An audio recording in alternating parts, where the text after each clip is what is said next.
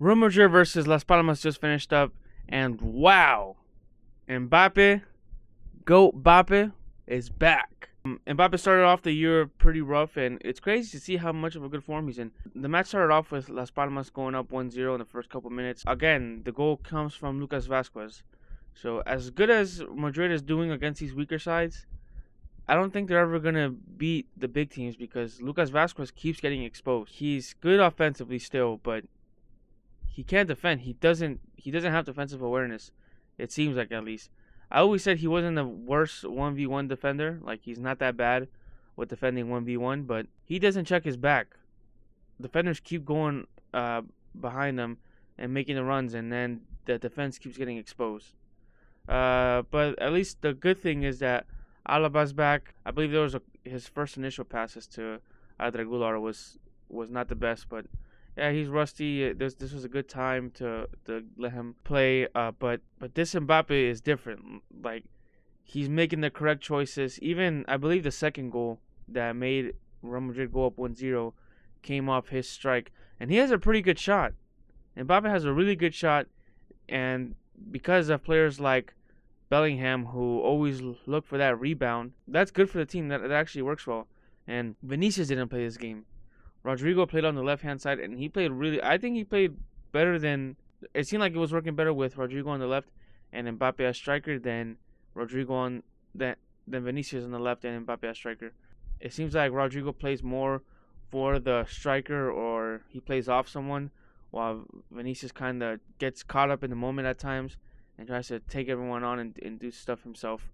But yeah, the game was good. Mbappe is showing to be what we all thought he was, but he has to do it in the big games. He can't. I mean, he played good against Barcelona in this last game. I mean, those games are gonna come. So, can he do it in the big games? He did in the World Cup stage already. So we know that he has a good history and a good track of performing in the big stage. But Mbappe, Goatbappe, is coming back. Besides that, once Las Palmas went down one person, I don't know why Ancelotti didn't play Adragular and all these young players earlier.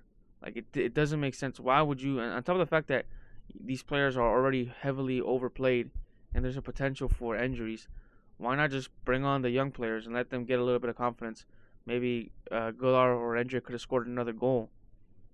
So these are just little small criticisms that I think could have gone a long way. Again, as much as the crowd was cheering for Dani Ceballos, I don't get why we put so much time with Dani Ceballos. He's good. He's not the future. Adragular is the future. We'll see. Now Madrid, I believe, are 7 points ahead. I don't think Madrid are a couple points behind them. I think they're 2 points behind. But I don't think Madrid is still in this race. Barcelona can't lose any more points. If Barcelona lose any more points, assuming they at worst tie one more game in the season, that drops Madrid's point advantage to 9. Or that increases Madrid's advantage in points to 9 points. That means Madrid has to lose 3 times just for Barca to even tie in points. I think Barcelona is ahead in goal differences, so a tie will be good enough in points. But for Barcelona just to tie one more this whole season, that's still a stretch. So I think we're getting to the point where we say, yeah, Barcelona is just about out of this race. Assuming they're going to have to drop more points. Madrid are going to drop more points too, but are they going to lose 3 games? Are they going to lose 1 game, tie 2?